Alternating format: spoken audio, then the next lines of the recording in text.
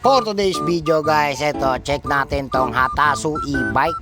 Siyempre, ito isa sa mga pangarap natin na magkaroon at siyempre, titingin muna tayo. Dito nga pala yan sa Hatasu, sa may Poblasyon Taboylan. At yan, chinek natin. Pati yung mga prices nila, siyempre, ang unang-unang concern ng mga bibili, yan, yung price. Siyempre, sa susunod, pagkakita mo ng price, saka mo i-check, siyempre, ang unit. Kung okay ba at talagang gumagana at medyo matagal ang aanda rin ng ating bibili. Yan, chinek ko na yung susi at yung panel kung okay. So, dito mukhang okay naman siya. Compare sa mga ibang unit, medyo okay yung panel niyan tingnan. Ayan o, medyo maganda rin naman siya. Hatasu at medyo cheap, medyo mura.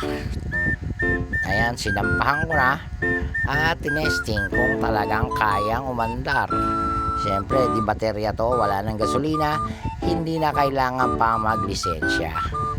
So yan, nakalimutan ko na, naka-stand pa pala. Munti ko pang paandar rin na naka-stand. Malamang hindi umandar yon. At siyempre dito tinesting ko na. Ayan, uy, umaandar. Okay, goods. Kaya akong isakay.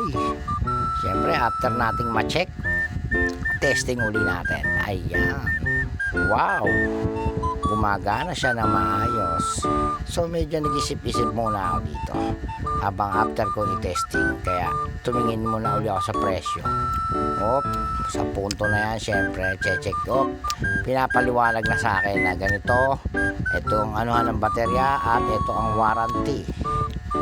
Ayun, o, ganun daw ang pagbukas ng susian. Ayan lang, ganyan lang yung e-bike na to, diba?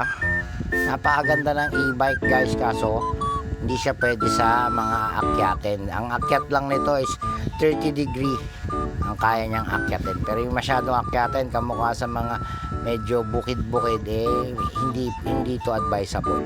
Ang advisable lang ito sa mga patag na kalsada. Ito, medyo sobrang tipid nito kasi i-charge mo na lang na parang cellphone. At sabi pa nung nagbebenta, ang full charge daw nito is 20 pesos lang ang konsumo sa kuryente. So, why not, di ba? Maganda. At up to 50 kilometers ang kayang takbuhin bago mo i-charge ulit. So, malayo-layo na rin yun. So, ayan. Nagpipirmahan na kami, indikasyon na nakuha na ni Papa ko.